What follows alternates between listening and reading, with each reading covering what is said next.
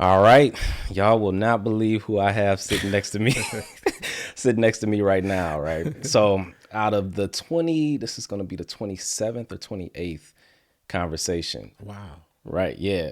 Out of the people that I've talked to, either I had already known them prior or I met them on social media. And when they showed up to the house, we were meeting in person for the first time. So this is the first time I ever met somebody on social media, didn't know them, but I got a chance to actually meet them in real life. And my daughter, the school she was attending at that time was in Madison Heights, which is why I was at the mall that day, the first time we met, because I came up there twice. And I get inside the store. I'm trying to find it, because I didn't realize it was about a pet store. So I was just walking around like, man, where Clean Sneaker Care at? So I get in there, and it just felt very welcoming. Like I felt like sitting on the couch and just taking a nap. And I'm sure that the design was intentional, right? Yeah, very intentional. Yeah. Okay, we'll get into that. So then I got in there. And I'm like, I hope he's here today. Maybe it's just his employees and he's not there, or just his business partner or something like that. But you were there. So then you come out, I think. Just me. Just you. Just me. You might have recognized me because, of course, I knew who you were because that's why I came there. Came out. And as soon as you walked from the back of the store, like the energy. First off, I had already felt the energy on social media. And I'm like, man, this dude just seemed like a good dude. But then when I met you in person, as soon as you walk, I'm talking about like within a couple of seconds, I could feel that good vibration coming or exuding from you. And it's rare that happens. Usually it takes you a minute before you can determine whether or not, good vibes are there with a person, right? But it's instantly. And I'm like, this dude isn't even trying to be like, you got some people out there who try to convince people that they're good people. And then you got people out there who are just good people. And that's not to say you're perfect. I ain't putting that type of pressure on you, but that's what I was enamored by the most. And like, I knew I had to get you on here, man. So, thank you. I got to introduce you guys to Darryl, AKA Clue. You know what I'm saying? Not DJ Clue from Rockefeller, It's a tie-in. It's a tie-in. Yeah, oh, okay. So let's get into that first. What inspired the name? It's in the shortest form. My initials are DJ, and growing up, the whole Rockefeller thing was like what me and my friends at that time just praised, and I never really wanted to be like the Jay-Z or the front of the thing. I wanted to be someone to like help the thing. You know what I mean? If that makes sense. In the background. Yeah. Wow. So I just related to, I grew up on Clue mixtapes, like a lot of people that was, that's my age. You know what I mean? I'm not saying I'm old, but it's like I grew up on Clue mixtapes. So that's just people gonna be out there listening like, who is Clue? Right, yeah, exactly. Yeah. I grew up on Clue mixtapes, heavy into like just East Coast hip hop period. And I was like, yo, like that's kind of like how I want to move. And the other people was like, yo, I want to rap and this and that. And I'm like, I just want to be that person where it's like, how did all this happen? Like, who's doing all this stuff behind the scenes? And it's like, I wanted that to be me. You know what I mean? So it was just like a relatable thing. And then one of the homies, Brandon, just started calling me Clue because that was like my role at the same time. And then another piece of that, I tried to let it go. I was working at a store called No Joe Kicks, which is not open any longer. You said No Joe Kicks. No they Joe were Kicks, open. I got you. Yeah, they were right downtown. And I met the president of Bedrock at the time, one of Dan Gilbert's companies. And I introduced myself. I was like, hi, it's nice to meet you. My name is Darryl. And he was like, nah, it's not your name. And he was like, they call you, is it Clue or something? Yeah. I'm like, how do you so know that? You was trying to like turn over a new leaf and leave that behind. And he like, nah, bro. And then from that point on, I'm like, that's just what it is. And then it just works. And when people hear it, sometimes they smirk a little bit, but at the same time, it's when they meet me, it's like, oh, okay, like, yeah, I know I'm grown, but this is just what it is. That's kind of cool that you picked Clue, though. You could have picked Jay-Z. You could have picked Benny Siegel. You could have picked Dame Dash. Anybody, but you chose the person who was in the background, a person who was largely responsible for a lot of the hits, but didn't necessarily. It's almost like you don't care about getting the credit or being the front. Well, not saying you care about getting the credit, but the fame or the attention. Yeah, no. It's like just knowing that I contributed and made a difference is enough. Yeah. It's not that deep. One of my homies, his name is Brandon Vineyard. Shout out to him. He was telling me when I was around like 21, 22 to like pray to be humble now. And he was like, so when success comes, you'll be covered, right? And that's something that I live by. And I think like God took me on a path to be just that. Because I had flashes, right, where I was like, yo, I wanted to, be seen, and but then it was like I just wanted to do something that I enjoy doing, opposed to doing something and getting all this credit, all this praise, and everybody knowing my name and all those things. So I just found it more rewarding just to be responsible for doing something really good and knowing that I did that. And the people that I did it for and with, they know like the role I played. And it was like my whole life has been enough. Wow. I'm going to take a turn, a really quick, abrupt turn. I was talking to my friend the other day, and this person is married, and they were telling me about some issues they were having in their relationship. And I asked them, I said, well, who, between the two of you, who would you say complains the most? And this person was like, me. And I said, how often do you complain? I said, just give me a percentage versus your partners. Right. She was like about 98% to his 2%. And then she was like, but I just feel like he holds stuff in and he's not. And I said, so you do 98% of the complaining. Right. And the reason is because she's expecting for him to operate like her. And whenever he's not, she feels like, oh, you don't care about me. Oh, you're not sensitive to my needs and how I'm feeling. Right. And I said, well, let me tell you just something from experience. I've been married 12 years. And the reason why I'm able to get through arguments, my wife is much better at it than me because I'm probably more emotional, temperamentally speaking. Right. But the reason why I'm able to get through stuff is because I got married because it's my responsibility, to do that. It's my responsibility to my kids, to society. And I have responsibilities in my marriage, right? I got things I have to take care of. So even if I feel like I'm not getting something from my wife, it doesn't matter because I still have to be responsible enough to do my part. Right, but most people get married because they're expecting reciprocation. I'm only doing this because I'm hoping that you're going to do this in return. And if you don't do that, then I'm not giving you that. So I love the fact that, you talked about responsibility because, you could have got to a point like now where you're getting all this attention and, you become dependent on the validation from other people. But it's like, no, even if I'm not getting validation from other people, I still have a responsibility, to be a craftsman and do that to the best of my abilities, regardless of who thinks what. You get what I'm trying to say? So I think that's dope. That's why I just wanted to tie that in because I don't think enough people talk about responsibility. No, you gotta have control of yourself too. And it's tying that into like marriage and stuff like that. Like I had a situation where my wife, she, something. Shout out to the wife. Yeah, shout out to my wife. She did something that frustrated me, and I was like really upset. You know what I mean? It was nothing major. It was just something that an irritating thing. And the next day, she was about to go to work, and she said, "Hey, can you make me a sandwich for lunch?" And I was like, "You want it toasted?"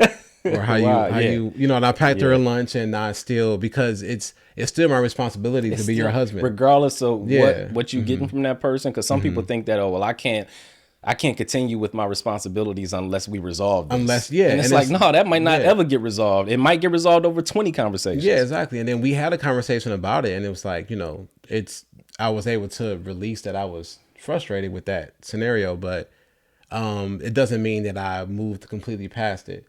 Which means that we're still married. I still care about you. I still want you to eat lunch. Yeah, exactly. And so you have to, and I kind of, that's my approach to pretty much everything. It's like, you got to show up. You got to check yourself. You have to, you're responsible for how you show up every day. Like I'm really big on like Stoicism is something that I study heavily right now. And you said Stoicism? Stoicism, yeah. Wow, and it's something that I study right now. And it's like one of the principles is, controlling what you can control. And it's like, I can't control like, say what she did, right? But I can control like how I react to it, which means even in the midst of me bringing it up, I'm still respectful. I'm not blowing up. I'm not cursing at her. It's like, hey, this really bothered me. Yeah. And it was like, it made me feel this way. And we can talk about it and I can proceed. And a lot of people think like, being stoic by definition means pretty much like being unemotional, right? But Stoicism, they consider it with a capital S, is actually being in touch with those emotions and understanding that they're going to be there. Yeah. And it's like, what do you do about them? And it's been helping me get through so many scenarios, especially when you're an entrepreneur, you're dealing with people all day, being disciplined, being humbled enough, as we talked about before we got on, like me working a job, and here I am, full-time entrepreneur, and I went back to work, and I have people that have to give me orders, and with a smile, I do my thing. You know what I mean? And I do it very well, and I show up every day just like I want my team to show up for me. So wow, yeah, you learn a lot, but I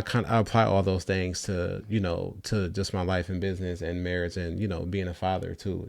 You just gotta show up, like you said. You're just responsible. I'm glad you mentioned Stoicism though, because some people, like nowadays, people might think that there's a negative connotation there, because everybody is like, oh, if you don't feel, I want my husband to feel, I want him to, and it's like, no, I don't think it's good to approach any disagreement or let your emotions dictate the disagreement. You can go into a disagreement with emotions, but I think it's best to not let it dictate it. That's what it is. Yeah, you're not being logical. Yeah, even when you're emotional. Exactly. It's like I'm not running from it. You still hurt. You still get hurt. You still cry, you're still happy, and you all still that allow stuff. yourself to feel and process things. But it's like even in the highest moments, right? Like I tell people all the time, it's like one thing you learn is you can't get.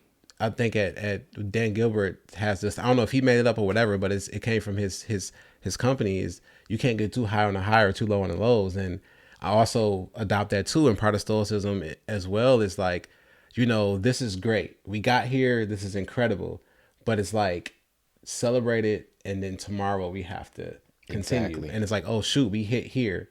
It's like, okay, how do we get here? Let's figure it out, and let's continue to move. And it doesn't mean like up here it wasn't the best moment of my life, right? Or down here it wasn't the worst. It just means that none of them are the end of my story. You know what I mean? Because as quick as you up, you can be down. And then if you stay too long in either place, then it's not good, because then you're going to be like, you're always supposed to feel this way.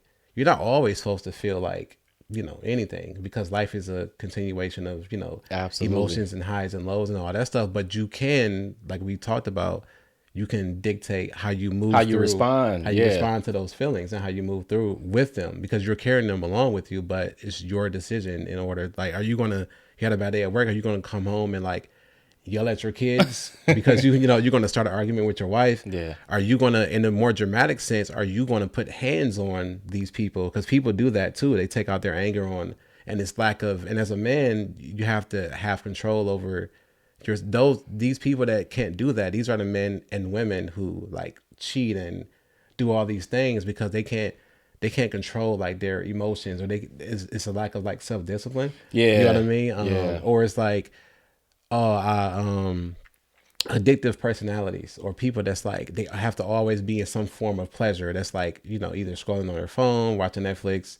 Nothing's wrong with none of those things. We all do them, but in extreme access, it's not good. Yeah. Or like overeating and, excess sugar and other things, that these vices that people depend on because they can't control their emotions. You know what I mean? And absolutely. It's like, you can't, live that way. So I make it a point, and me and a group of my friends, we talk about those things like, I'm having a rough day, bro. Like, I really want to take a drink today. And you reach out to someone like, nah, you don't need that. Like, that voice is telling you need that. But all you need to do is probably meditate, like go journal or go do some push-ups. And sometimes it'll be that simple. Or something big of Stoicism is like going for a walk. You hear about people like Marcus Aurelius, who's emperor of Rome, and when they have to, you coming with it. Come on, man. Yeah. When he had tough things to figure out, it's like, I'm gonna go for a walk. And then during that walk, you're taking in nature, your brain, you're forgetting about the thing, and in that moment, you're solving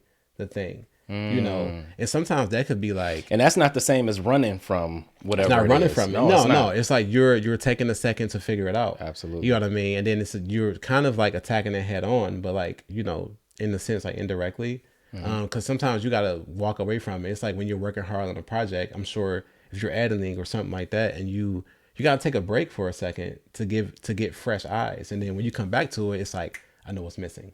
You know what I mean? No, like, absolutely. I got it. And I think the good point you made is that like having that community or that tribe of people that you can call, and yeah, maybe you could have reached that conclusion on your own, but when you in it, it's hard to, because it's hard to think about anything outside of that problem. So when you can call a friend and they can just say, hey, no, just go take a walk or do some push-ups, you don't feel like you're in it alone. Yeah, and then you like, shout out to my homies Dorian, Jamar, and Jimmy. We call each other in various moments and shoot out a text or whatever the case is. And then after something that I found too, if one of them aren't available, you are already equipped to handle it. Oh wow. You know what I mean? Wow. Because it's like, oh, I call Dorian, and I gotta tell him something that my wife did to make me upset. Mm-hmm. And now I'm thinking about it. And then, in calling him, he's going to give you some reason, right? Because he's calm. And for me personally, I start to think about, if he don't answer, I'm already thinking about what he's going to say, because I'm calling him so I can get in my right space. I know we practice the same thing. The other thing too is that you're not dependent on your friends to solve the problem for you. They're just more so being used as, I don't know, like a foil to help you, to guide you to the right place. Yeah. You know what I'm saying? So that's the thing. Anytime I'm talking to one of my friends about something that I'm having a problem with, I don't want that agency to be removed from me. I still want to figure out how to get there on my own, but you may be helping me to see something that was in my blind spot, that helped me to be able to get to where I needed to go, right? Because I don't have to do what you're talking about. No. So it's still, I still have autonomy. I still have agency. I got you. And it's like, it's something that, and a lot of times, we're all busy doing other things. Like I could be working, or one of them could be at the gym, and somebody else could be, one is a photographer. And then you sit and that's the whole point of like studying, reading, listening to audiobooks and all that stuff, because even in the moment where you feel like you need help, you still have the tools when help isn't available. And that's when accountability and discipline and showing up, as we were talking about in the beginning, you still got a responsibility. So even if help is not there, I still have to proceed accordingly. And it's like, what decision are you going to make? And it's like, what to do. Mm-hmm. So it's like, sometimes you got to suck it up and just do it. And sometimes I legit like hate knowing that I know I'm going to like just be calm through the situation. I'm like, oh, I wish I can just like blow up right now. You know what I mean? Like, yeah. Because it's like, better. Mm-hmm. You know what I mean? Like, I know that if I approach my wife a certain way, it's only going to cause things. No, but hold on, because it's almost like you're minimizing that quality, man. Because there's a lot of people that know what to do, they know better, and they still can't control their emotions. So I just got to give you credit for still being able to do it, man. But it's practice, right? And then it's like, practice, or were you always like that? No, I think I was always like, I was overly calm at some point. So like, you had to work on being more assertive, is what you said. Being more assertive, yeah. I've been like overly calm in my life, but it's a practice now where you look at these situations, and I look at them, it's like, okay, this is a moment for me to practice my stoicism, right? Mm-hmm. It was just what I tell myself. And when I see moments, like I had a moment where my son was like going nuts in public, dude. What movie was it? It might have been like the Ninja Turtles movie this year or something. And we was trying to get them to take a picture, and they both just didn't want to take a picture. So I like snatched my youngest son up and like placed him where I wanted him to be. And I was like, my wife was like, why'd you do that? Because that was a lot for you. Really that dramatic. Was, yeah. And I was kind of embarrassed. You know what I mean? Like, I was like, why did I do that? Like, as I was walking out, I'm like, yeah. Then I was like, what was I doing? You know what I mean? But then it made me, okay, in the future, you don't want to do that. So it's like, what can I do about that next time? It's like, okay, when they're acting that way, it's like, take a deep breath, look at it. You've seen this before. You doing that is not going to help anything. So the same situation happened again, and it's like, it don't take you a lot of times to learn from something. And not at this point in my life. And like when I was younger, yeah, of course, you know what I mean. But it's I'm reading a book right now called Psycho-Cybernetics. You got time to read, man? I do at least 10 minutes a day. Like, and you might only get through a few pages, but it's still something. Another book I read this year called The Compound Effect. Those little 10 minutes add up. You know what I mean? Okay, I finished it. And then once you finish it, as you're going, it's the application process. It's like how so many people can quote the Bible, but it's like, bro, you ain't applying it. You live in this, you know what I mean? But it's learning these things and then applying them immediately. Yeah. And sometimes like I started reading this book, which was my favorite author right now is Ryan Holiday. He's one of the current famous Stoics, and he wrote a book called, it's like Daily Dad. It's 365 meditations, and the book is made for you to just read one a day, not to read like, you know, I'm not gonna read that book for 10 minutes obviously, because you're supposed to read one and think about it and apply it. You know what I mean? And one of them recently was like, you know, talking about setting an example for your kids. You know how like our parents told us like, do as I say, not as I do. And it's like, no, they're going to do as you do. They're not going to do what you say, actually. You know what I mean? And we were once kids, right? And how many times did you not do what your parents said? And you look like the best way to exactly the best way to parent, I think, is, or somebody, I can't remember who said this, but this guy that I was listening to said that he used to prioritize being a good husband and a good dad over being a good person. But then once he prioritized being a good person, he was able to be fairly good at all of the other things. And the reason being is because like he thought that being a parent was more about stuff that he was telling his kid to do, but it was more about demonstrating what it means to be a good person. So your kid can witness that, and then they'll learn that through osmosis. It'll be like second nature for them. So that really taught me something, because it was like, okay, if you're not being a good person, what happens when your son or your daughter becomes an adult, right?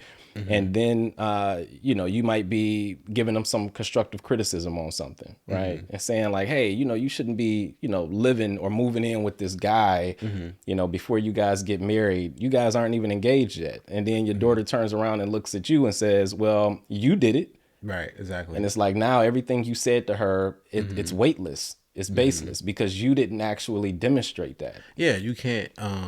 It's funny because me and my wife had my first son before we got married, right? And it was like, but what we did was we was like, well, we gotta have something. We're gonna. So before we had our second one, we was like, yeah, we gotta get married. You know, because just us, not saying that's right or wrong. You know, you believe what you believe, but that's what we wanted to do. But also before our first time being intimate, we actually got tested together. So I'm like, at least. And we kept the results too. So like, at least we can show our boys like, look, bro, like, at least do this. We wasn't out here you know being, what I mean? Yeah, right. We were being responsible. You were being responsible to the best of our ability at that time. You know what I mean? Like, of course, we would love for you to do it this way, but this is what we did, and we have to, you know, have respect for that. So it's definitely a thing that I've, you know, just getting better at over time. And it's like every day I try to. One thing they talk about is like, let your kids see you doing hard stuff. Like, let them see you reading a book and let them see you, like, say, working out. Or if say, you just said your son was with you at work, you know, today. Exactly. So let them see you doing that. Because you're not even teaching them. It's not like you're saying, hey, son, you got to go work hard. He sees it. He knows what it looks like. Exactly. And so he going to pick that up just like, oh, man. You know, somebody ask him the question like, man, why you work so hard? And he going to be like, I guess I saw my dad. You know what I'm saying? Yeah, no. And that's like my youngest son, and that's all he know. Right. And they both have, they come to my 9 to 5 too. And I explained that to them like, yo, like, I'm going back. I used to work there before. So I was like, hey, I'm going back here. And my oldest son was like, oh, okay, cool. You know, and I was explaining to him why. And he's getting to a place, he's 9, where he's starting to process these things. You know what I mean? Because for me I quit my job in 2001 and built clean over the next, you know, almost 3 years. But then to do that, we like downsized everything. You said in 2000 what? We left in 2001. Wow. Okay. February 2001 was first week of February was my last week there. And then we moved into our first like workshop space, which was at like a Boys and Girls Club the next week. And then we moved into the mall a year and a half later. And then, you know, during that time of me quitting my job, I just like, we moved in with my in-laws, we downsized our lives. We went to a Wait, you said 2000, you meant 2018, right? What did I say? 2001. Oh, no. I don't want people thinking they're going to be like, he look young. Yeah, 21. Okay. 2021. Yeah, okay, gotcha. Perfect. Yeah. Okay. 21 like Savage. So 2021. So it was February 2021. I quit my job, and then we moved into the Boys and Girls Club space. It was like a 185 square foot like box with no windows. Wow. And we like just outgrew that. That's where it really got crazy for us when we was like, yo, this is like a real thing. You know what I mean? We got to a point to where I was literally overwhelmed. Like I took a video one day of me just like covered in sneakers. Like it was wild. And then that's when we realized, we need help. And then in the midst of that, I told you I downsized my entire life for us to do that. So I, just making a lot of change, a lot of sacrifices. Yep. Yeah, the sacrifice was crazy. And then I did this. Now I was fasting. Right, we were doing a Daniel fast, and I was like, yo, during this fast, I'm gonna put out a lot of content, right? And it was like, this was 22 when I started doing this. So it was 2022, March. When does Lent start? Like end of March, I think it is. Bridget, when do Lent start? Yeah, somewhere around March. Yeah. I just know it's over in April. Yeah. So I'm like, for the next 40 days, along with me fasting and all that stuff, I'm gonna put out like 3 to 4 videos every day. You know what I mean? I did that from the beginning of Lent all the way to September, actually.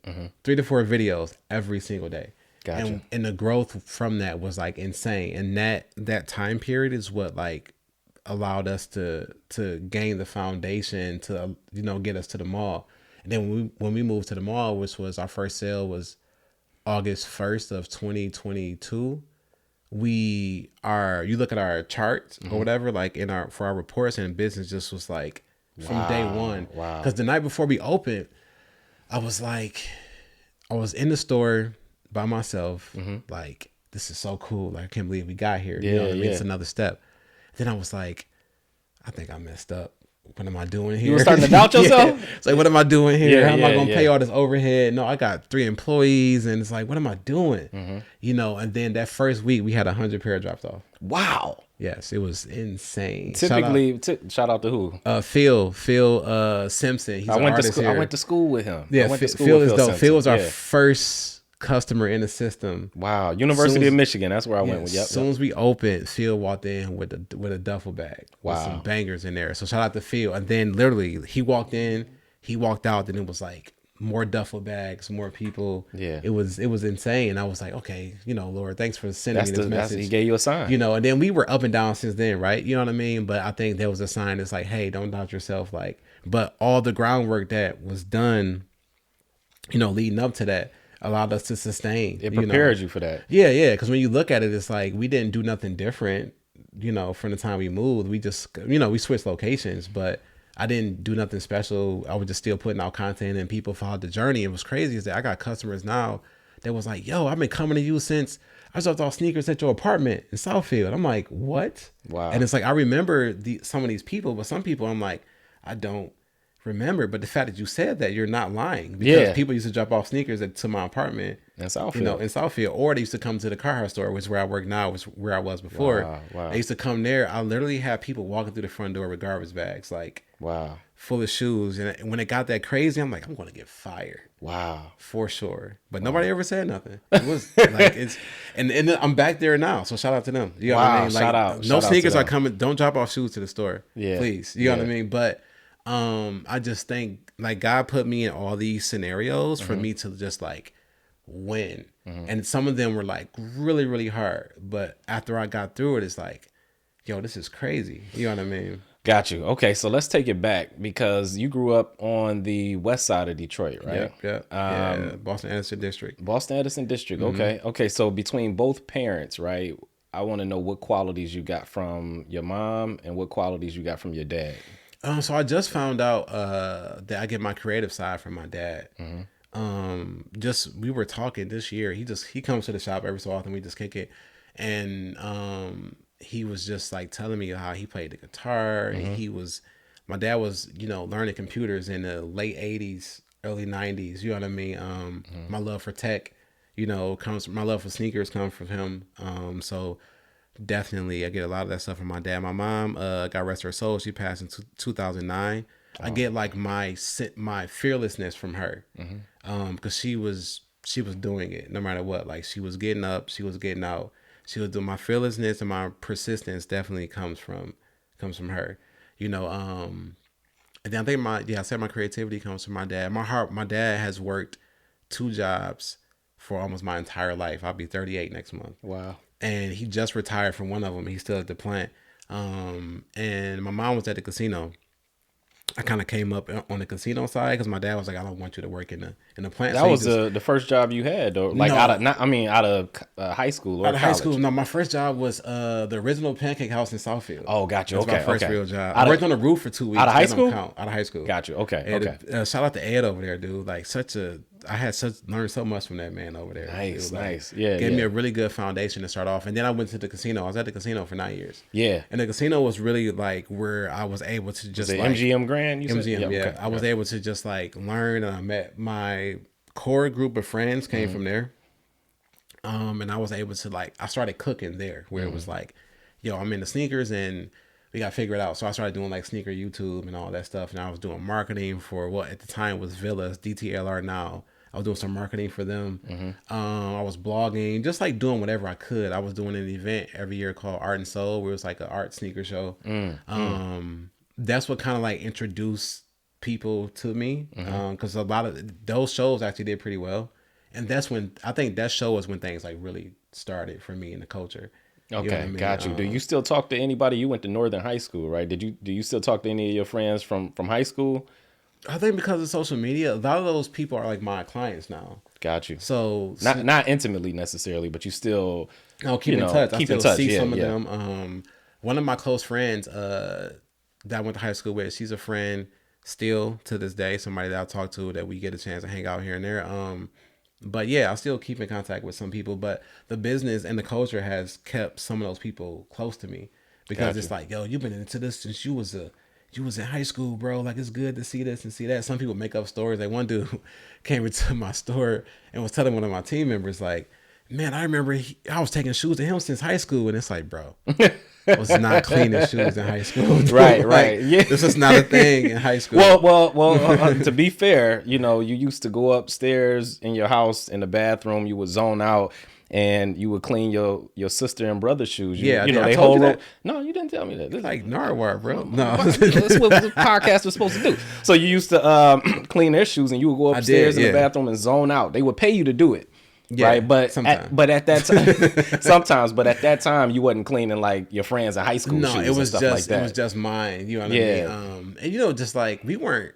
I don't have that. I was broke, bro. I couldn't get nothing, so that's why I don't have that story. Like my parents, they were reasonable. I got Jordans for Christmas. You know what I mean? Like your school shoes were moderate, and then as we got older and my parents made more money, then you got those in between pairs. And for some reason, my mom, when I was like in from 10th grade on, she used to give me like $20 every couple of days to buy lunch. It's like, Mom, lunch is like $1.25. Like, you give me $20 every couple of days. Sound like my wife parents. Yeah. They had a drawer full of money in high school that they can go to whenever they wanted some money. Yeah. That takes some discipline. We didn't have that, but exactly. But she still gave us. So I used to save it and go buy shoes. And at the time, Foot Locker used to do like these like 2 for $85 things, and I used to find ways to like get dope stuff or moderate stuff to keep my really dope stuff like in rotation. So I would get like Converse weapons and different Nikes and stuff, and then by the time you see me back in a pair of Jordans, like, bro, you wore a different pair all week. And it's like, bro, because these boys was 2 for $85, but they're fresh though.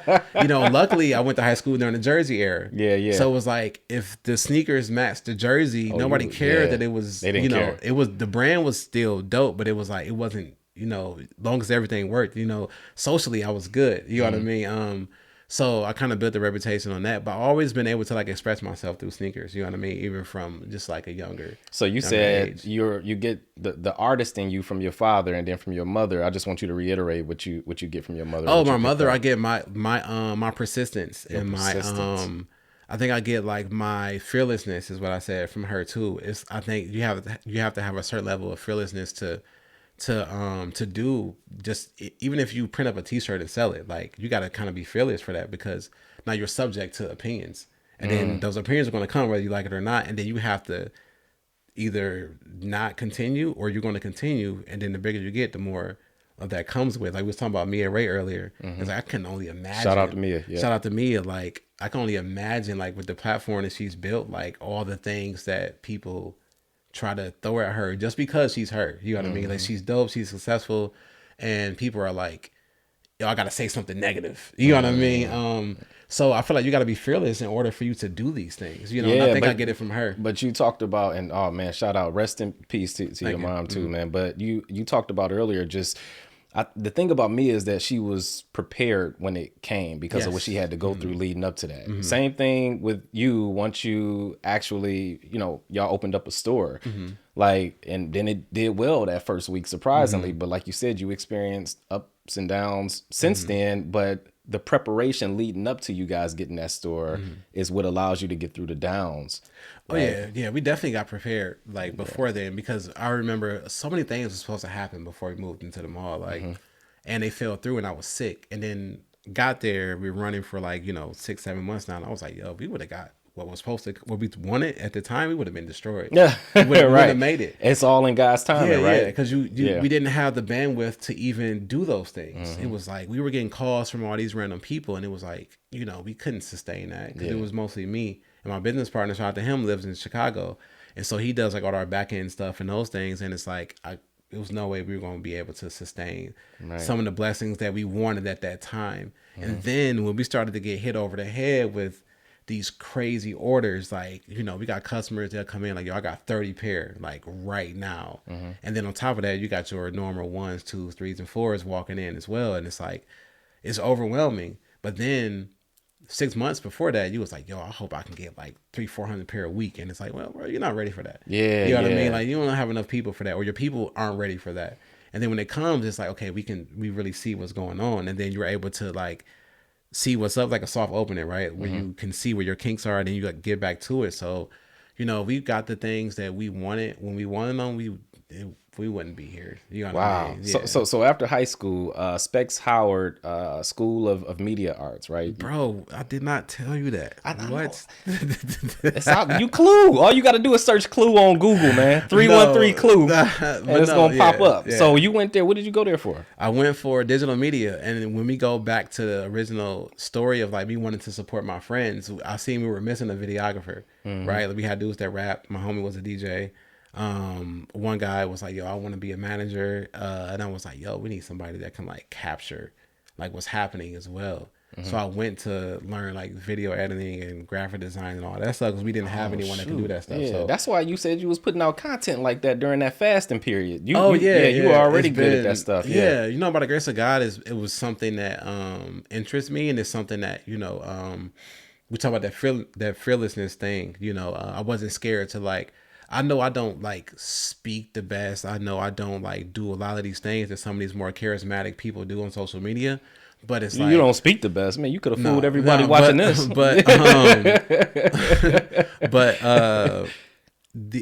I know like people wanted my perspective on like a sneaker or the culture, whatever it is, even if it was like not 200,000 people or whatever the case is. There's still people that value what I say. That's like, when you start to hear stuff like, yo, like you ain't posted in a while, or it's like when I got the videos I shared today just about, working a 9 to 5 and stuff, my DMs are filled with like, I needed to hear this, and yo, like, that was a good reel too, man. Yeah, I'm trying to do more of that, because I think, like we talked about earlier, people just got a weird, thing about that. But I'm just trying to show people like, yo, if you can do that, you can. And if there's no like one way for you to do this thing, but you still, like in my case, I got kids to feed still. Like we talked about being responsible. It's like, yeah, you want to achieve this dream, but you still got bills due. Yeah. And the business is not going to pay for those things right away. And that's why I think people don't understand. So anyway, yeah. But I think people are typically trying to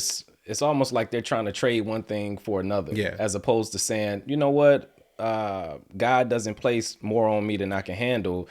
And maybe this is my opportunity to grow in ways that I never thought I could by taking on more. But I feel like God will let you fall though. You know what I mean? And I don't think people count on that neither. Like God's not going to let me go through something I can't handle, but God gives you free will, and he'll let you do your thing, and he'll let you go through something that you didn't necessarily have to go through. Is what I believe too. It's like a lot of stuff that. But if you made it through it, you can handle it. Exactly. You can handle it. One thing about Stoicism is like, it's this book called "Obstacle is the Way" by Ryan Holiday again, and Marcus Aurelius said that too. It's like, the very thing the very problem you have to solve is the thing that you need to get through to get you to the next level. And it's like, but you can't get around it. And if you don't solve this, you're not going to get to the other side. And I think like, even if we make those mistakes, like I said, where it's like, even if you go against God, God is still there, right? Mm-hmm. So it's like, okay, I wanted you to do this, but you did that instead.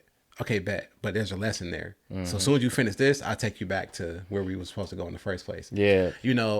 But it was almost like that lesson needed to be learned in order for you to grow stronger. Yeah, and it's crazy because that's how I think God works. It's like, it's wild too, because even when we find out or we believe or whatever it is, like I went in the wrong direction, God already had a path for you to get back on track. Mm-hmm. You know what I mean? So it's like, oh, I wasn't supposed to go there.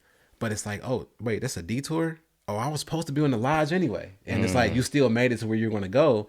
And it was, God still had to let you, like you said, like go through what you had to go through, or you're going to go through something. Mm-hmm. You know what I mean? But I just think God allows you to. Yeah, nobody's impervious to harshness. Yeah, no, it's not. You FOiR. How do you pronounce it, man? FOiR. FOiR. Yeah. So it's like noir. Yeah. Before. What? Okay, so that was the first. I would say that's the first business you started, right? Or no?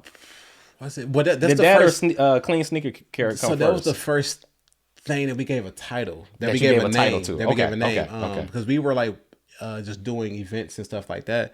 And when me and my partner like came together, we were working at a store called Kid Nace, and even though they like, I'll tell you the story, and then I still rock with the company because it was like, still a good company in my opinion. But we were working there. We left No Joke Kicks. Then me and him went to Quicken Loans.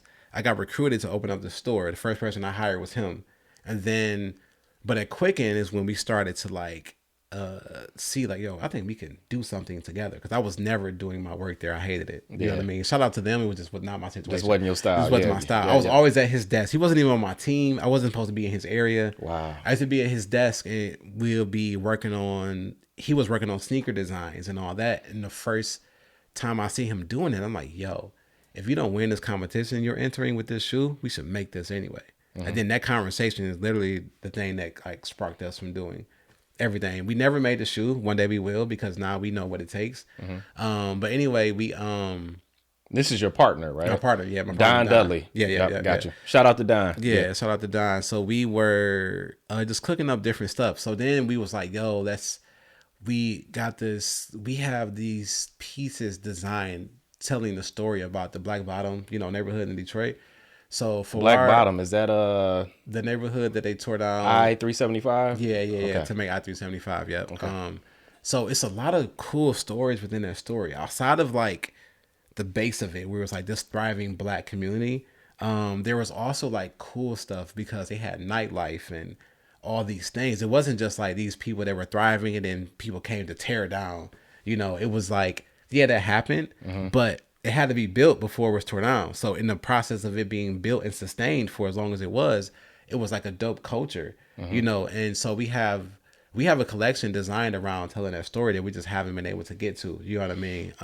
But anyway, so I just gotta say, I love the fact that you're focusing on the fact that, because most people focus on, oh, they tore it down, which obviously creates resentment. And, people start complaining and start saying this about white people and that. And these people ain't had nothing to do with what happened exactly, with I-375. But the fact that you're focusing on the fact that it was built. Yeah. Like, that's the thing that people should be focused on. It was there. It existed. It existed. It existed. And one day we're going to be able to highlight. So, because even when people talk about it, they only talk about that part. Like, oh, it's a thriving community and they tore it down because of the freeway and gentrification and blah, blah, blah. No, they built it. And it's like, yeah. So that means it can be built again. It was there. And it was like a lot of dope elements to it. And we did a ton of research and we found out about like the people used to come and play there and the celebrity presence and like I said, the nightlife and the culture. And so for our, we kind of just took two words like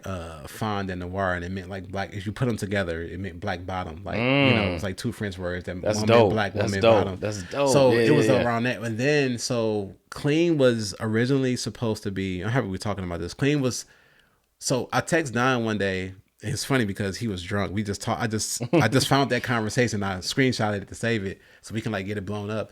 And I texted him. I was like, yo, I think I want to clean shoes, like for real. And he was like, bro, let's like do it. If you're gonna do it, let's do it. How he ain't asked no things. questions. He said, I'm with you. No, Let's do this. And he was like, but I'm drunk right now, so let's talk about this. When I sober up tomorrow. Yeah, so let's talk about this later. And then we rounded back, and it's like, yo, so we started clean. I sent him like 100 different names. I was doing like info dumping. So whatever came to my head, I sent them all these things like, clean shoe care, sneaker clean sneakers. I just sent them whatever popped in my head. I wrote it and I sent it to him. Like, yo, do you see anything on here?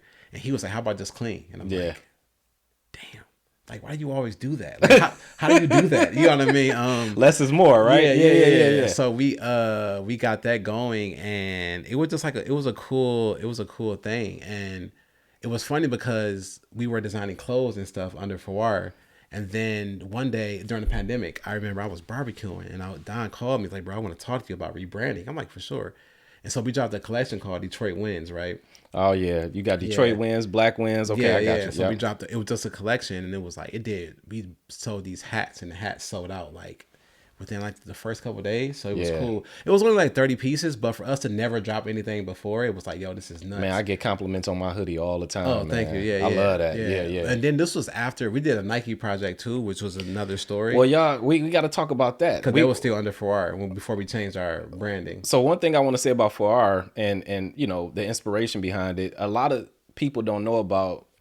Tulsa Race Massacre, right? Yeah. And it occurred. A lot of people do know about that, but it occurred in Tulsa, Oklahoma, Greenwood. I think that was the district, and 1921, I believe. And they pretty much tore the whole thing apart, right? We know the story. It was a race massacre, they white touched versus on that black. On the Watchmen, right? I think that one show, which they was did crazy. They did. They touched on that, like they used that as a premise. Yeah. Nobody ever mentions that it was built back. Right. Within a year from the time it was tore apart, they built it back, and they didn't have any help from the greater Tulsa community. Like they built it back within a year, and it still thrived through the Great Depression, through 1930s, through 1940s, up until the 1950s. And the thing that actually killed Black Wall Street or ended it, it wasn't the massacre. Right. It was desegregation. Because once that happened, Black business owners were trying to take their talents elsewhere, and then white business owners wanted to come into Greenwood and start their businesses. But I just wanted to clear that up, because people always talk about the fall, but they don't mention the fact that those folks got right back up within a year. Yeah, because honestly, I didn't know. Nobody talks about that, and it's like shame on us for not, like knowing it. You know what I mean? Yeah, because the story, if people can say, oh, they tore this apart, it creates this victimhood narrative. Yeah, and it's like, oh, every time we build something, they tear it down, and it's like, but they built it back. And that's what people like to stay right there. You know so I just wanted to mention that, and then that's really cool. And then as far as the collaboration with Nike, because it was, I think, an Air Max one and a Air Force One, high, right? Yeah. High top shoe or something like that. Okay, so it was the Air Force One, and you guys did a collaboration, and I think Detroit was the inspiration. You guys had like a poster where you allowed people to come, like this big thing to basically come and write what Detroit was for them or is to them at the time. Like that was dope. Like Nike collaboration. So it was they had this program that was like for influencers, and it was allowing you to like create something, tell a story, and then people were able to like physically buy it. And it's wild when those pairs come into the shop now, because it's like it's always a full circle moment for me. Because you see it on the back of it, right? Detroit is on the back. Yep. And a couple people I know bought like 3 pair. And, wow. Because it was like, yo, you pay regular Nike prices for this shoe. You know what I mean? Like it was wild. But that we changed the name. We went from FOiR to Wins after that. Like that barbecue that I was mentioning, I was cooking, and Don called me. We changed the name to Wins like that day, because we just started talking about, like, on the logo, it's like the I is lowercase. Oh, yeah. So capital F, capital O, lowercase I, capital R. Yeah. Yep. So then we transferred that to Wins, where it's W, capital W, lowercase I, capital N, because as we talked about, like, just playing your role, right? That's what me and him take pride in doing. Like, we have the good synergy to where it's like, in a conversation, I know when he needs to lead it, and I know when, like, I need to lead it, and vice versa. Like, so you guys know each other's strengths and weaknesses. Yeah. Don is a marketing director and all that stuff. So when it comes to talking that talk, it's like I just fall back And I'm like, let him do his thing. And then, but you the director of operations, right? Yeah. So all of the day-to-day logistics and stuff like that, that's where you thrive. Exactly. Yeah. So Don is like signing us up for, filling out forms for grants and, doing our paperwork, like, talking to our accountant that we just got this year, which I wish we would have got before. He does all those things, you know what I mean? So the Nike project was crazy. It's going back to that because it was the most random thing. I have so many random things that happened to me in life that was like cool. And we just got an email from a super random person like, hey, I want to talk to you guys about the sneaker culture in Detroit. I would love to sit down with you and all this. It was from a random email. So I'd be like, yo, I'm really passionate about the city and the culture. So it's like, I don't know if this is real or not. It seems legit. Let's see. And if so, I'm happy that they reaching out to us because I feel like we are people that they should be talking Absolutely. to. Yeah. So we went to this. That don't always happen where they reach out to the right people. No, it doesn't. And a lot of people in the city, I'm not going to say no names, turned down this meeting because they didn't know who it was. And me and Don was like, yo, if you're going to come talk to some people, to come talk to us, you know? So we were happy that they did it. So we took this person. We went to go, I think, what place was it? Calexico. They just closed, actually. It was right on Woodward, on the corner of Woodward and I think Grand River. Taco spot that we liked. So we went there, ate. He showed us all these cool things, and it was like a focus group kind of situation. I signed the NDA, so I can't talk about what was in it. So we're still active till now. So we had this dope conversation. It was like really cool, and then the dude got up to go to the bathroom, and I was like, bro, what are we doing? Like, this is cool, but it's like, what is happening? You know what I mean? Like, why are they asking us all these questions? Like, the dude is cool. The questions he's asking is like really, really good. And it's like, whatever. It's like, just enjoy the moment, whatever the case is. It's a good night. Dinner is on him. You know what I mean? Yeah, like, absolutely. It's you don't lose either way, right? So he came back from the bathroom, then handed us NDA. It's like, yo, actually, I work for Nike. Whoa. Yeah. So he handed us NDAs, and it was like, companies do stuff like that so they can get like your real. And we was snapping on Nike too. Like, we feel like they don't give us enough this and that and blah blah blah. And he was like, I wanted you guys to be real with me about this. And then the stuff he showed us, it wasn't specific to any brand. So it wasn't like he was talking about, leaning towards one direction or another. So we had no idea. And then he was like, yo, y'all gotta come to campus. And it's like, okay, sweet. So we went to campus for 4 days and we did more NDA stuff. Wow. And then in the midst of that, they told us about this program that they had where they allow. It was like that movie Air, where y'all was, you know what I'm saying? Got on a much lower scale. Lower scale, yeah, got you. Yeah, but then they said we got this program where we tap into creatives in certain cities, and then we allow them to create something using like the Nike ID platform, might have a couple extra options, and then from there you get to sell the shoe for like a week or whatever. Damn. And like Rick Williams was on that with us. He wasn't in Portland with us, but he was a part of that particular run, which was dope. And that actually is what made Rick pay us some attention too. Yeah, because Rick Rowe from Burn Rubber, they're like, the people who I most admired here. And they were like the ones that I was able to like look at and be like, yo, this is possible. You said Rick and Roll. Shout out to Rick and Roll. Yeah. They were the ones that I looked at and was like, yo, this is possible. Because they did their first sneaker collab. It was a New Balance. I camped out for those because I'm like, yo, there's somebody here that I can talk to that got a sneaker with a large brand. It's like, this don't happen. That doesn't happen. You know what I mean? So I think it was like winter. It's like Thanksgiving 2011 when those dropped. I got them on display at my shop right now. Like their first collab. And then it was another full circle moment for me because when they got their Jordan 2 sample, they did a Jordan 2 release last year. And the sample, when they opened it, they were like 3 weeks before release. They had no content, right? And so they cut open the samples and they were dirty somehow. Yeah. So they rushed them to me. Shout out to them for entrusting me with that. And when they brought them to the shop, one of my best friends was up there. And he's the one that used to go boutique hopping with me. We used to, bro, like see Rick and Roll, like, yo, like these dudes are like gods in the culture. You know what I mean?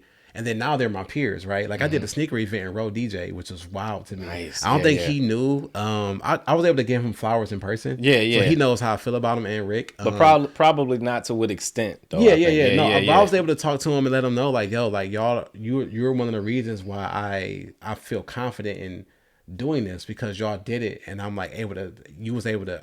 I'm able to talk to you. You know what I mean? And then that's like a full circle. Yeah. So when they brought those shoes in, he was like, Clue, I need you to fix these. Like, it was there for their videographer trilogy. He was like, yo, I need you to clean these up because I got to shoot these like now. And I'm like, I'm not going to charge you. Excuse me, I'm not going to charge you for this because this is a full circle moment. And it took me like 15 minutes to kind of get them back. Oh, right. That's a flex right there. It took anybody else 45 minutes tops. No, yeah, it wasn't that deep. And my homie that I used to be up there with was so happy visiting me at the shop that day. So he was in the corner. And then dude was filming me, and I was like, "This is a dope moment for me." And then one thing I've learned over time is to like, you know, what they say, like wherever you are, there you are. It's like I've learned to like be there. Yeah, be present. Yeah, so it was like I actually got to soak that in, and it was captured. Yeah. You know what I mean? So it was like a really cool thing. So shout out to them for entrusting me with that. But the fact that we're peers with those people now is huge. Absolutely. You know what I mean? Because that's like a clear sign of growth, you know, that you had these goals from the past and, you know, you accomplishing them. And obviously you just getting started, man. Yeah, it's piece by piece, dude. Yeah, piece by piece. So let me ask you, I met your wife. We went to I went because it was for my I had to give my wife a present. Because I waited to the last minute. Sorry, Bridget, but I went to the pop-up shop. I was like, can you even say like where this present is from? Is it? Her birthday already happened. Okay, so this is her birthday. I'm like, so you be saying this? Yeah. so I went to the pop-up shop, Mia Ray's Glamaholic pop-up shop in 12 Oaks, and I went in the store, and your wife, she was working there, and just absolutely pleasant. You talk about energy. My wife energy is crazy. So that's where I'm getting to. Yeah. So then when she told me she was, because she might, I don't know if she recognized me or somebody else. I think she told me. I think she said she recognized you or something like that. Yeah. So and mind you, I was asking a lot of questions. She was showing the utmost patience with mine. For sure. You know, because I'm like, you know, I want this color. Can I get this in this color? You think this size gonna fit? Whatever. And she like, I don't know your wife, but she was so nice and accommodating, which I'm so appreciative. What's her name? Corinne, thank you so much, Corinne. I appreciate you. So the energy, when she told me she was your wife, I said, it makes sense. Because if you ever want to know like who a guy is, or if you want to measure his character, all you got to do is look at the person that, you know, his partner who he's married to. And in my mind, I'm like, if he was able to attract her, she was able to attract him, and you got two good people, it makes all of the sense in the world, man. When did you guys meet? Was it high school? No, we met at the casino, but we didn't like date or talk or nothing like that. Like she was there for a little bit. I was there for 9 years. She was there for like 2, and like we just crossed each other's paths. We connected on Instagram actually right before DM. So like our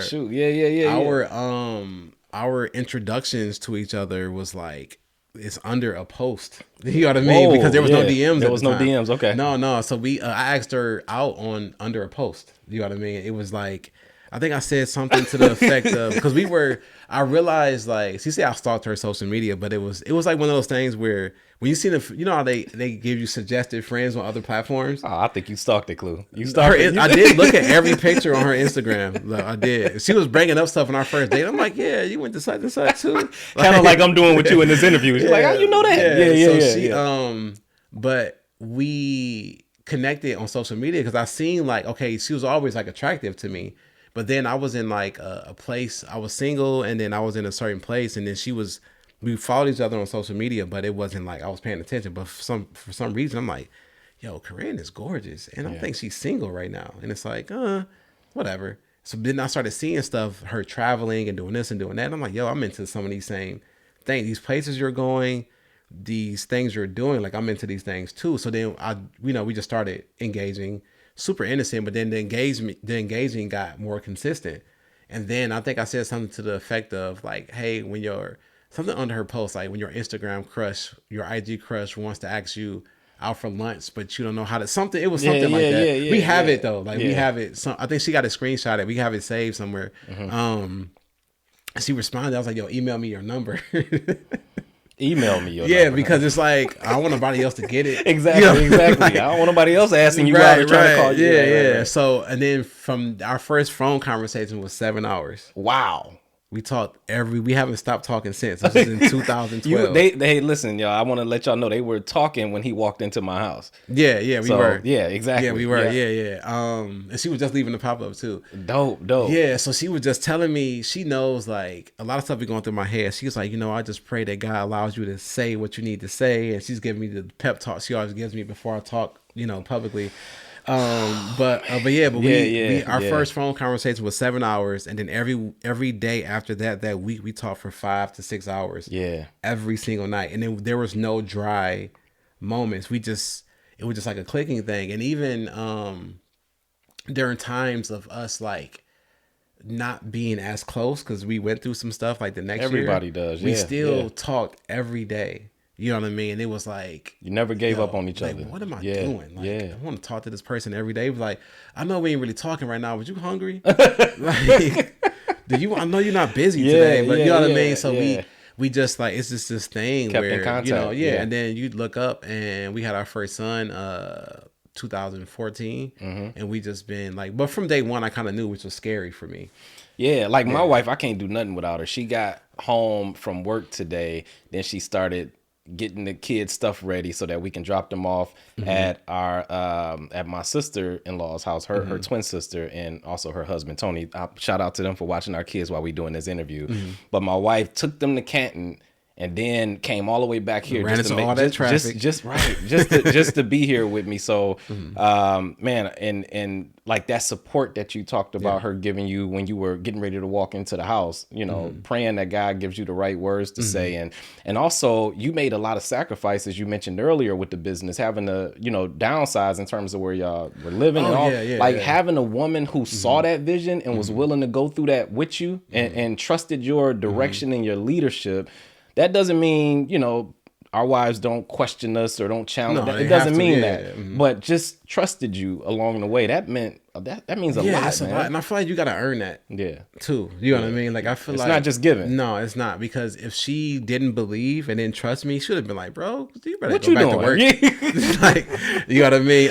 But we talked about me quitting, and she was like with it. But then when it got really rocky, I was like, "Yo, I'm about to be. She leaving." You know what I mean? Like, and not even because of anything she was doing. It was just like, yo, like, I don't even know when I'm getting paid again. I don't even know, like, you know, and then she was adjusting to like, what you mean you ran payroll and ain't no money for you? I'm like, that's how it goes sometime, babe. Like, you know, I got to pay these people first, you know? It got a little rocky, but one time I told her, I was like, if you were honestly to up and leave, I would understand. And she was like, bro, relax. Wow. You know what I mean? She was like, I mean, I'm frustrated, but chill out. Come you on. know what I mean? Yeah, like, right. She used some other choice words. You know what I mean? But it was one of those things where she just kept reassuring me. And then I remember I had a moment, right? I did shout out to this brand called DVA. It's two girls. They work with the Boys and Girls Club. They design clothes.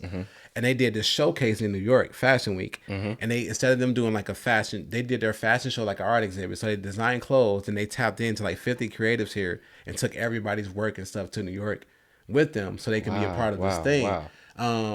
There was a controversial thing because it's like, you know, two white girls that's like in this space but I'm like, yo, how many like black creatives has had opportunities like that and ain't take a single person with them? You know what I mean? That was a whole nother conversation. But anyway, so because of that, I was in like the New York Times, a part of that whole thing. And I remember when the business really got tough, I just felt like a failure at the time. And not a failure from the business, but a failure as like a father and a husband. And I'm like, yo, what I'm doing is just not working. And then I was like, I've done stuff with Nike. Right now I'm in the New York Times. I've done this, I've done that. And I'm running down all these things. I'm like, and yet here we are. New York Times, man. Congratulations. Thank you. And then she was like, she looked at me and was like, you looking at this all wrong. And usually I'm the one glass half like, empty. Yeah. I was like, I'm the one that's usually like speaking this way. And she was like, babe, you worked with Nike. You've done this. You've done that. Like, come on, man. Yeah, so she was like, trying to remind you of who you are. You just gotta continue and you gotta do something differently. She hit me with like what Kobe. I remember Kobe's wife told. She was like, yo, I expect him to win a championship every year. And people like was going crazy. Like, what does she mean? Like, it's impossible and all that stuff. And her whole thing was like, yo, if you're going to be going away from us this much, just make it worth it. Right. And then my wife hit me with something like that. Like, you got to commit. Yeah. Like this year. Don't have 1 foot in and 1 foot out. Exactly. Yeah. And she hit me with something like that too. She was like, yo, you got to do more. And I was like, bro, you got me messed up. Like, what you talking about? You know, but she was like, not in the sense of like addition, but like maybe different. You know what I mean? And I'm like, right. Oh, Okay. But that's what they supposed to do. They supposed to challenge us like that because Exactly. they know what our desires are. They know what our aspirations are. They know what our fears and our insecurities are. So she did her job. That's dope. No, and I'm so and you Corinne, trusted. I'm grateful. You trusted her. You know what I'm saying? Because you didn't have to receive it. No, but that's part of being a leader, right? It's like, you know, consulting with your team. You know what I mean? And she trusts me to lead, but also sometimes it's like, it's a little rocky right now. What you see? You know what I mean? Like, you see something out there? Because I don't know right now. You know, and that's why it's so important to have somebody to go through life with, man. Yeah, wow, It's crazy, but I thought I didn't think she was going to leave, but I was in a state of mind. It's like no woman is going to stay through. Yeah, like we staying with her parents. You know, like I don't have 2 pennies to rub together right now. When I do get 2, I don't know when the next 2 gonna come. You know what I mean? Yeah. So she made me feel really secure, knowing like, okay, like. You got this. It sucks, but we gonna figure it out. And even in times where it was like, I don't know if we gonna figure this out, she still was like, oh well, you know, we'll figure it out. You know what I mean? And that's just where we got to. And I'm just like really grateful for that because it allowed me to move a certain way and to think. And you know, that's when the work really started for me, like checking my ego and you know, checking my pride and looking. I didn't even let people like help me for real neither. So now I'm in a sense of like, you know, directing people, asking for help when I need to, leaning on my team, leaning on my partner more and all that stuff. And then things have just been like a lot. Wow. Sweeter. How do you because again, you got Clean Sneaker Care, which is his store in it's in Oakland Mall in Troy, Michigan, off is it West 14 Mile or something like that? Yeah. Right. It's by the pet store in the mall. Right. So you got that going. Then you work are you a manager at Carhartt? I'm a supervisor, Supervisor. Okay. Right. So you just got back to doing that. Yeah. Got the business. You a father, you know, you a husband, you know, you guys were putting together events in the city, all of this. How do you balance all of that stuff and still manage to be as sane as you appear today? It's one, I journal. That's one thing. I've been journaling. That's been a huge thing. Trying to manage my stress as well. I communicate my emotions to my wife. I think that helps a lot. So anytime I'm frustrated, I'm angry, upset, whatever, I voice that, you know what I mean? So we can kind of like talk through it. And even my friends too, like I call my homies and they call me all the time, like, bro, like I'm just really overwhelmed today. And it's like, again, instead of me like going to eat an edible or smoke a blunt or take a drink, it's like, bro, like you need to go meditate or whatever, or you need to just go home. You know what I mean? Or sometimes you need to just go to sleep. Like, bro, you're not frustrated, you tired. You know what I mean? So it's like understanding what my triggers are, what my cues are, and communicating that. And then that's been helping me. But it's been a mix of, one is, outside of all that, is God first. I've been praying a lot. I think for the first time, like, you know, in my life, this late summer, I kind of legit like let Jesus take the wheel, you know, like literally. And it was like, it just got to a point, one of our cars got totaled. I remember that post, man. I remember that post. And I was like, I was smacked because so I told you I went through this transition and then I changed my business hours. That's like the first step into me like making this change and put my family first and listening to my team and all this stuff. And then that next day when I'm like, okay, I'm about to sell some sneakers so we can catch up. I just changed my business hours. I'm coming up with these solutions. I'm feeling good. I remember walking outside and I had a stack of sneakers that were sold, right? And then the car was just like smacked up on the street. I'm like, somebody totaled it, right? They totaled it, right? Yeah, and it was parked. But you posted something, and it wasn't even a post; it was a story. It's a story, yeah. And you were basically saying, "I'm trusting God no matter what." Yeah, because it was like I didn't know at that point, like, and you still went to work later that day because at first you said, "Hey, I don't know if I'm gonna be able to get there," you know, but you still got there. Yeah, and then that was like one of the hardest moments for me because it was the first time I just like didn't know what to do. You know what I mean? It was like I remember calling my wife like just crying, and I'm like, you know, that's I don't even know, like, look at this. It was just like, look, you know what I mean? I didn't know what to say. And then like my father-in-law was like, you know, telling me it's gonna be okay. And what's funny is that my youngest son, Daniel, when you tell him, say if he, you know, hurts himself, you say it's gonna be okay, he says it's not. Like, it's not okay. And because sometimes it's not, and that taught me a lot. Like sometimes it's not okay. Yeah. So the first son in 2014. When was your second son born? 2019. Okay, keep going. Yeah. So it's like sometimes it's not okay, and that was one of the moments where it's like, no, this is not okay. Yeah. You know what I mean? And then I was just like, what else can you do? You know what I mean? And it's like, you know, and at that time, the really messed up part was I couldn't afford the car insurance. The car insurance company, I don't like saying names of companies, but because it'll sound like I'm. Your wife said angry. The car was almost paid off too, right? So almost paid off. Yeah. They shot up our insurance by $200. And remind you, it's like we are like barely getting by this summer. So we was like, yo, her parents was like, yo, we'll put the car on our insurance. So we dropped it, but then in that interim period, the car got totaled. So it was like just a complete L. And it was funny because it was like, yo, we're not paying on this car no more. Yeah, total. Then they, right? No, make no sense to do it. No, they called it. Was like, yo, if you don't pay this money, we're gonna come get it. And we was like, yo, you can, you know, come on. Yeah, be ready. And I remember the tow truck dude was like, I'm like, yo, can I just get some stuff out? And he was looking like, you not mad? I was like, no, y'all do your thing, bro. Yeah. Like, good but luck. That's like letting go and letting go and letting go and let God. Yeah. And then at that moment, you know what's so crazy about that story? I just told one of my homies this is that I was praying for us to like spend more time together because me and my wife were always like, at that time I was working a whole lot, but like the money wasn't coming, so it was frustrating. But also it's like I'm not even seeing my wife. So that happened. I changed my store hours, and then for like 2 weeks straight, we spent every morning together because it was like it's one car. So, you know, we take the kids to school, then it's like, let's go get coffee. Let's go do this, let's go do that. And then it allowed us to like just talk and just like be together in the midst of like the storm where it was like, yo, this sucks. What are we going to do? But then I remember the first morning that we had out together, we went to Baba, one of our favorite spots in the city to go to. I like that. It's like African or something like that? No, the Baba FOiR. Shout out to him. My bad. But Baba FOiR, real quick, he's a James Beard winner. Oh, he's a beast. Okay. Yeah, he's a beast. I met him this summer. He's a beast. I still haven't ate there, but I met him. We got to kicking, and he won like Chopped on Food Network. Like nice. He's from. He just got his. He just got his citizenship this year. He's from Africa. Dope. He's incredible. So anyway, I went to Babo, and then something happened. I can't remember what happened, but this was after the car got totaled.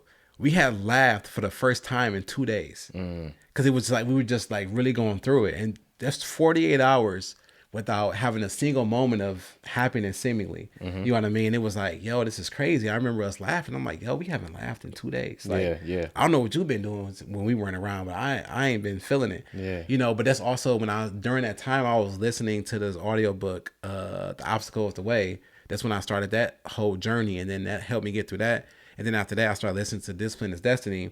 And those two things helped me have what is actually a really good end to the year. It was like getting through the obstacles and being disciplined throughout this time is what's allowing us to like kind of push forward. You know what I mean? But yeah, bro, like we went through some stuff, dude. Like, shout out to you for working the 9 to 5, and you know, because most people think, or a lot of people think, that it's either you're an entrepreneur or you work for somebody, but sometimes you got to do both.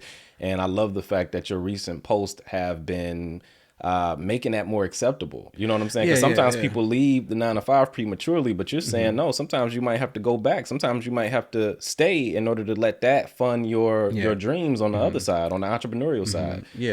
But I left. Yeah, thank you. And I left, and it was like, I feel like I had to, and because the opportunity was there, but then we took it, and then it was like, okay, now we got to do it differently.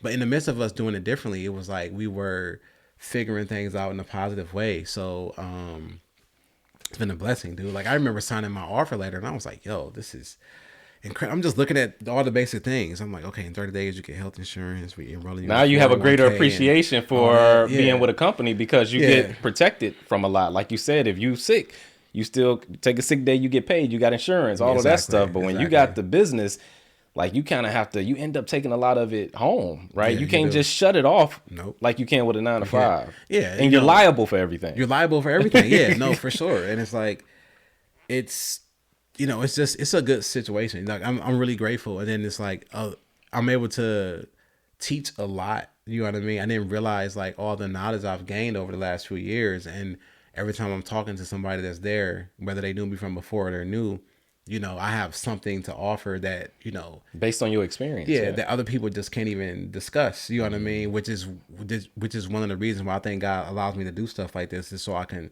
share that. So it's like I make it a point to like, you know, do that as much as I can, because there's a lot of people that everybody wants to be an entrepreneur and all that stuff. Everybody wants to create something. And some people, maybe they don't, but they still struggle with something. And it's like, yo, I got a solution for you. You know what I mean? Like, probably I got a story to tell that might help you in some scenario. Cause I've done like a lot of stuff. You know what I mean? Absolutely. Like, and I'm grateful for all of it at this point. You know what I mean? Man, so just listening to your story, it reminds me of the book of Job.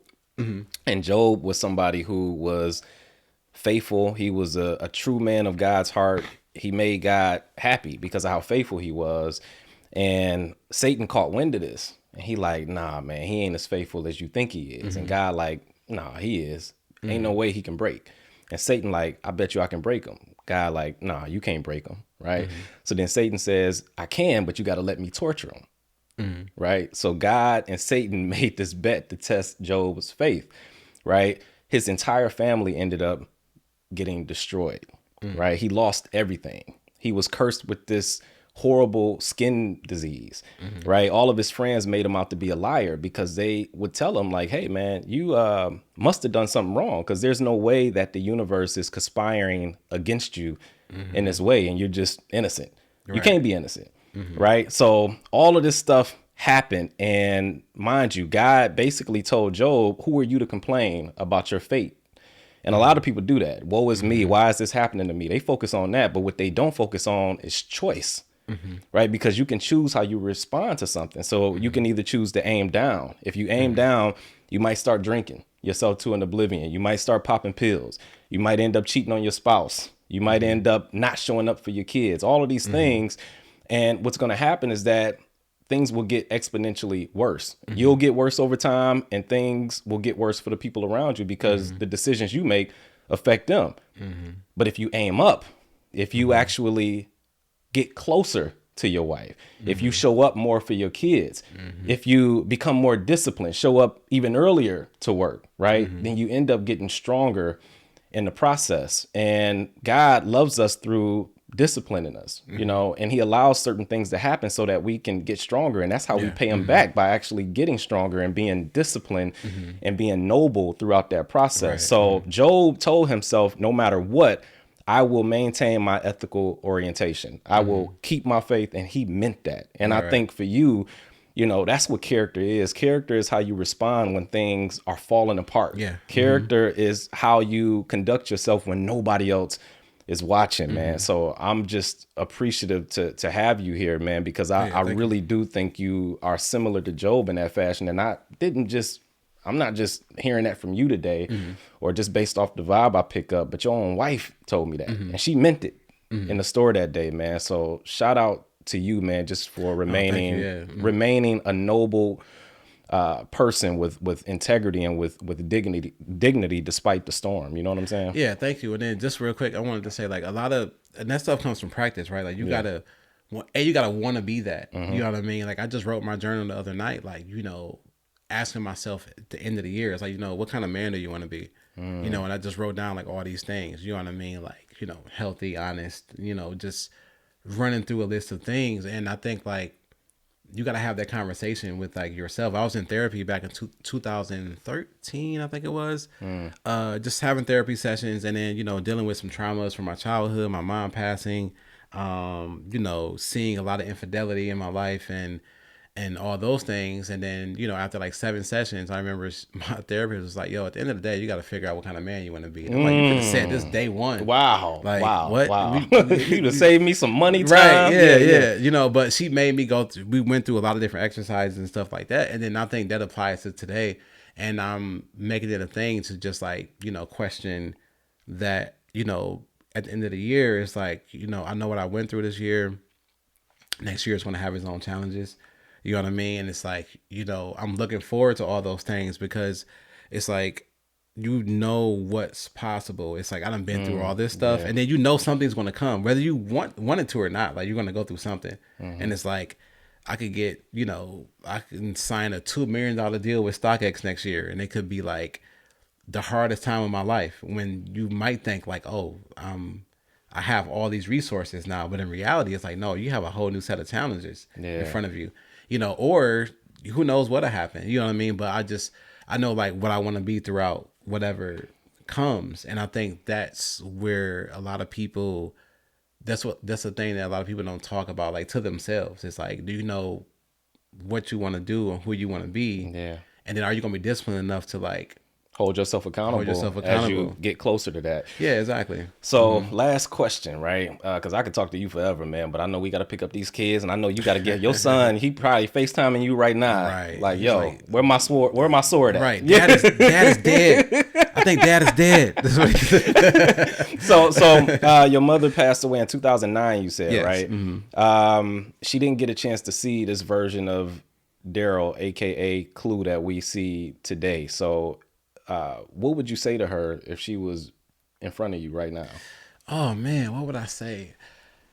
Oh, man, in this question, oddly, I want to shout out to my mother-in-law, because I feel like I get to do these things, like, oh wow, and yeah, you know, yeah. And you know what I mean. Like, I feel like I have a mom to make proud. Shout out to mother-in-law. Yeah. She's somebody that I want to make proud too. You know what I mean. But I would tell my mom just thank you, because I know she would be supportive. Everything that I've ever thrown, I know she would have been there first. Every product that I've ever released, she would have bought. You know what I mean, and insisted that she buy it. And I think, like, my life is like is like a thing. It's like a gift to her too. You know what I mean? Like, it's something I want to give. I feel like it's a gift for my kids and my wife too. But I think it's a gift to her, because all of the sacrifices, all of the hard work, it's look what it's doing. It came to fruition, right? And it's like more so the morals. You know what I mean? Like, what my mom stood for, you know, and how she showed up, like, every day. I remember her. She had breast cancer.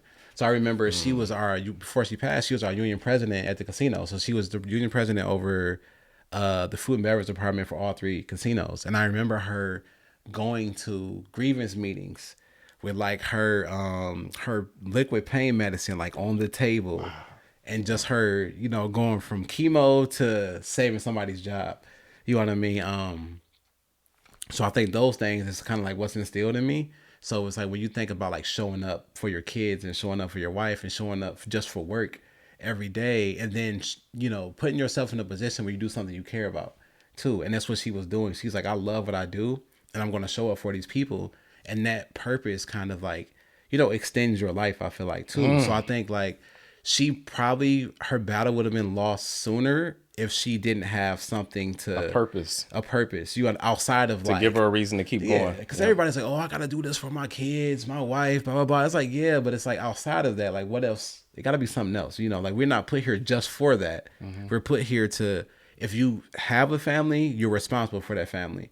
But also, you have worldly responsibilities too, and the responsibility to leave the world a better place than it was before you got here. So how can you, and that, you know, that's simply, like, for us next year, we're focusing on, like, you know, sustainability, you know what I mean? Pushing, you know, saving your sneakers, and we're going to do more charitable. Nobody ever talks about sustainability. It's like you buy the shoes and then they cost you $200, $300. How am I going to maintain these things? So we're pushing a whole sustainability thing big. And it's like, I say it as an example of, like, that's, like, my way of, like, what am I doing to help? You know what I mean? Like, and my mom, that was her way of, like, contributing.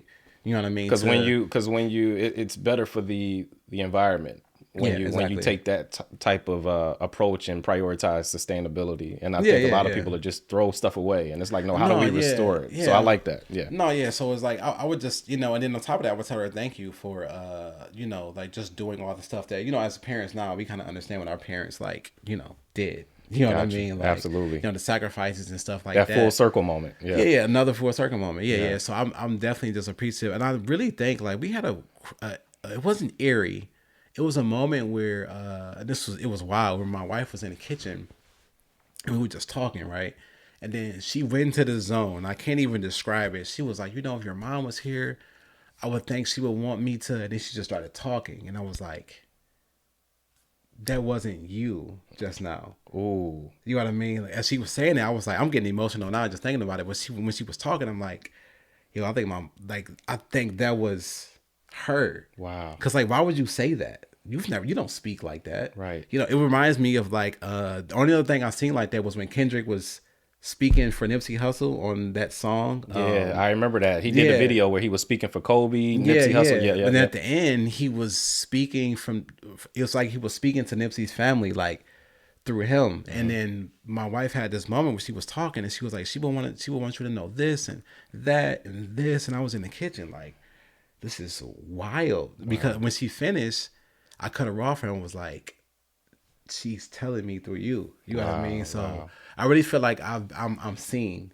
You know what I mean? And I think that's something that allows me to keep my composure, to, shake it off and to keep going, because I know my kids have to see, like I said earlier, it's like your kids to see you like doing hard things and to see you overcoming. My kids have seen me crying before. They've seen me frustrated. They've seen me in all these states. But then when you look at it, it's like they also see me like winning. They see you get back up every time. Yeah. And I remember telling Ro real quick, like, bro, like I really appreciate what y'all did for the culture. I'm like, dude, I'm a beast. Like, just I'm gonna own it. And I'm like, but it's because of dudes like you who inspire you, who inspired me. And they give you almost like an ideal to strive for. Yeah. Because when in anything that I do, it's like I kill it, and not in the arrogant sense. It's like I'm showing up. I'm showing up, and you're giving it your all. Yeah, even when I go to work every day, I'm working, I'm helping people and all that stuff, and it's like, bro, y'all not as nice as me on the sales floor. You know what I mean? Like y'all can't, y'all not me. But it's like, and then also the energy just like spreads to people. Even when I'm with my kids, it's like, bro, y'all not nice as me. It's this fatherhood stuff. Like, yeah. My son was sick yesterday. I got laundry done. Yeah. I gave the Tylenol Motrin mix every 4 hours. Yeah. You know what I mean? It's just like legit putting forth that effort. Yeah. You know what I mean? So yeah, I get all that stuff. I think like that's like an ode to my mom, where it's like, yo, like I heard you. I'm doing the thing. I'm going to continue to hear you, and we just going to keep rocking. You know what I mean? So, yeah. Man, where can people find you on social media? I want you to look into this camera and let them know, man. Yeah, so I'm on Instagram, just at Clue313, at Clean Sneaker Care for my business, and TikTok is like a big platform of my TikTok show that I love. So I think where's my TikTok? It's like we gonna put it on there no at matter what it is. _Clue. Okay. Because Clue 313 was taken by who I don't know. I looked it up. So the best way if you do want to reach me is through Instagram. It's the platform I'm on most. It's the only platform that I allow to send me notifications too. So Man, well, I want to thank you again, man. Just the story you just told about your like talking about your mom and how she spoke to you through your wife in the kitchen that day. It sent chills through me. So thank you for sharing that. Sure. Yeah. Thank you. I don't think I've ever told that story to nobody. Hey, this is an exclusive. So y'all better watch. Some things I just keep like, but I think, I think it hopefully that happens to other people. You know what I mean? Absolutely. Yeah. Thank you, man. No, thank you for having me. No problem, man. It's Conversations with TinBridge. Peace.